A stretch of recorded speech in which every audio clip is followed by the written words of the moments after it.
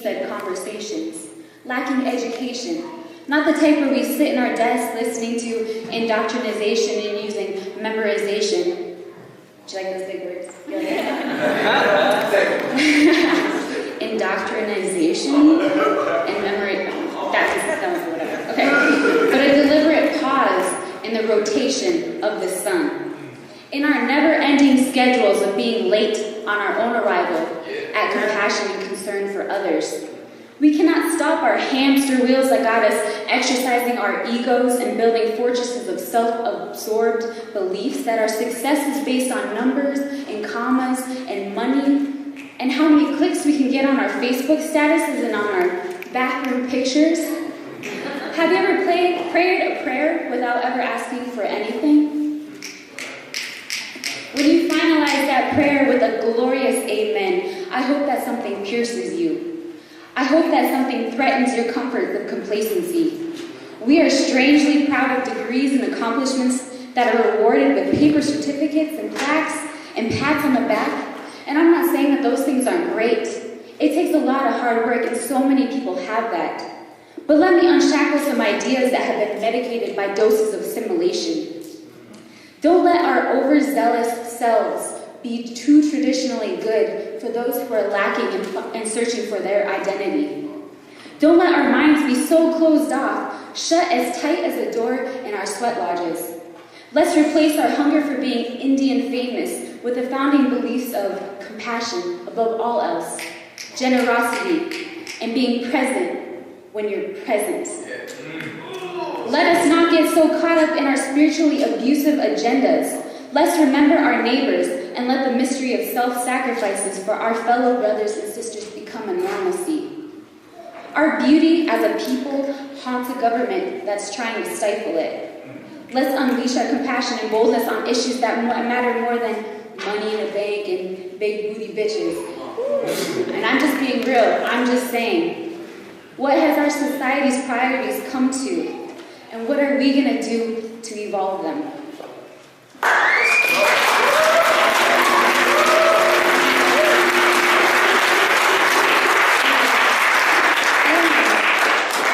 I usually post some of my writings on Instagram and stuff, they're really quick, like 15-second videos.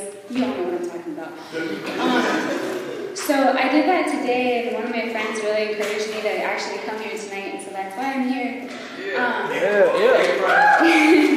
But I guess I just want to give a little forward before I say this one. It's really short, but I was adopted when I was 2 days old, and I grew up in a Caucasian family, so I stuck out like a sore thumb every time they would introduce me. And my mom, she's little, she's blonde hair, blue eyes, and then there's me.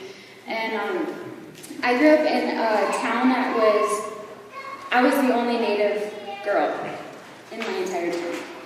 And so all my friends looked very different than me, and I always wanted to be them. And I always wanted to have blue eyes and blonde hair, and I wanted to fit in, and I wanted to be really cute, and I just never felt that. And I fought with that for a really long time.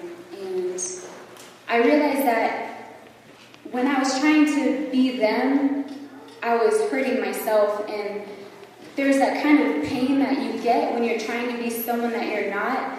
And you can't fix that pain unless you start being yourself. And so when I started to come into myself, literally, I came into who I really was. I started to realize that my color didn't matter, and that I am who I am, regardless of where I came from, or who I was raised by, and who my friends are. So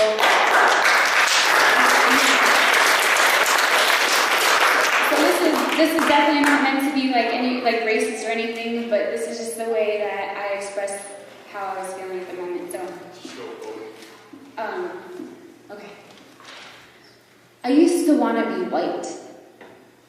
I used to want to whitewash my tongue and bleed pureness. But now I just want to get drunk with color and spit unnecessary rouge on blank canvases and black out a blank piece of paper because I think it is absolutely absolutely incredible to be annoyingly colorful than to be painfully absurd. Thank you.